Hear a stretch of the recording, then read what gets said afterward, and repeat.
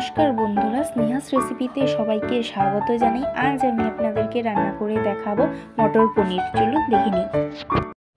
তার জন্য পনিরের পিসগুলো করে নেব। পনিরটা আমি বাড়িতে বানিয়েছি।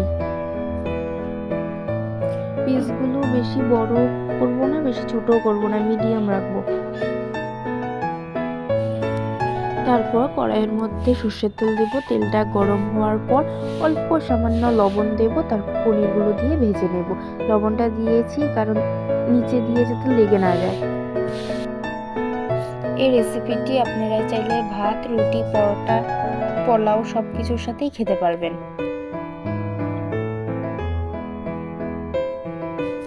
পনিরগুলো লালচে করে ভেজে নিয়েছি, এখন তুলে নেব।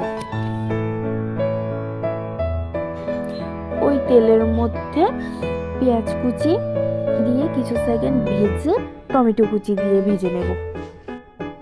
আপনারা যারা যারা সাবস্ক্রাইব করেননি অবশ্যই করে নেবেন। আমার নিত্য নতুন ভিডিওগুলো সবার আগে আপনারা পাবেন।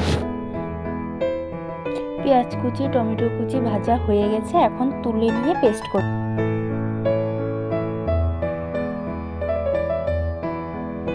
কড়াইয়ের মধ্যে আর অল্প তেল দিয়েছি। তেলটা গরম হওয়ার পর দুটো তেজপাতা, এলাচ, দারচিনি, লবঙ্গ দিয়ে ফোড়নটাকে কিছু সেকেন্ড ভেজে আদা রসুনের পেস্টটা দিয়ে কষিয়ে নেব।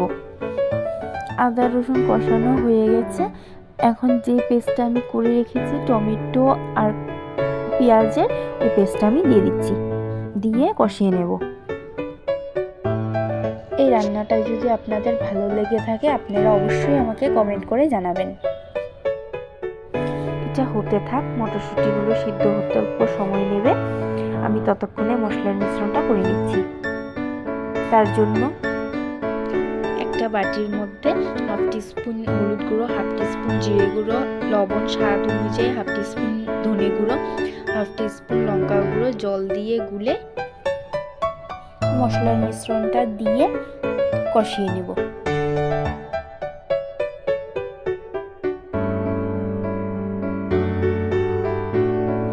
মশলাগুলো দিয়ে এখন কষিয়ে নেব। মশলা দিয়ে তেল ছাড়তে শুরু করে দিয়েছে, এখন ভেজে রাখা পনিরগুলো দিয়ে দিব, দিয়ে মিশিয়ে নেব। পনিরগুলোকে মশলার সাথে মিশানো হয়ে গেছে, এখন 2 কাপ মতন গরম জল দিয়ে মিশিয়ে নেব।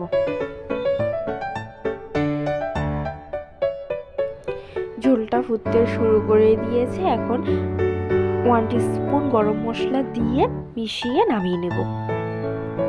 রান্নাটা হয়ে গেছে। ভিডিওটি এতটুকুই রইল। ভালো লাগলে লাইক, কমেন্ট, শেয়ার, সাবস্ক্রাইব করে দেবেন। ভালো থাকবেন, সুস্থ থাকবেন। ধন্যবাদ।